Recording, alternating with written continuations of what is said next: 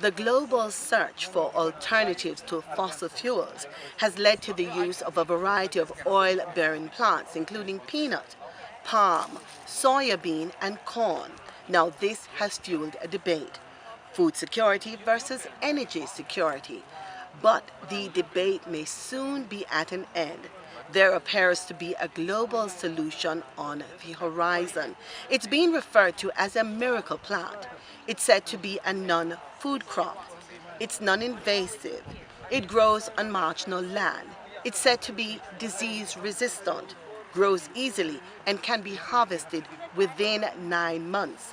It's also said to produce a high quantity of oil and helps to rejuvenate the soil.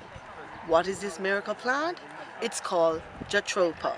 Here in Morocco, it is being grown experimentally and is also being used as a green barrier to desertification. It can resist, to drought.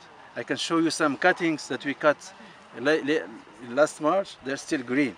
We're cutting in last April, okay, and they were just thrown, and they're making, new leaves.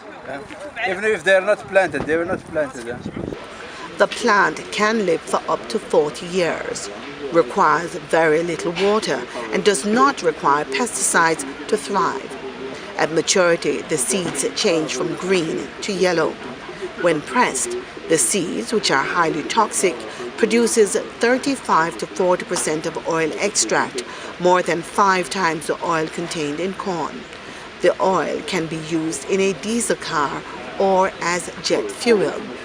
But how much liters of oil can realistically be produced by a field of jatropha? It's about 1,000 liters per hectare, not per acre, per hectare. But that depends on several factors like the density of trees. If you put a lot of trees together, you can get much more production. It depends really on the density of trees. It depends on the inputs to the trees. If you irrigate, if you give fertilizers, if you give, those parameters, they affect the production of the per hectare also.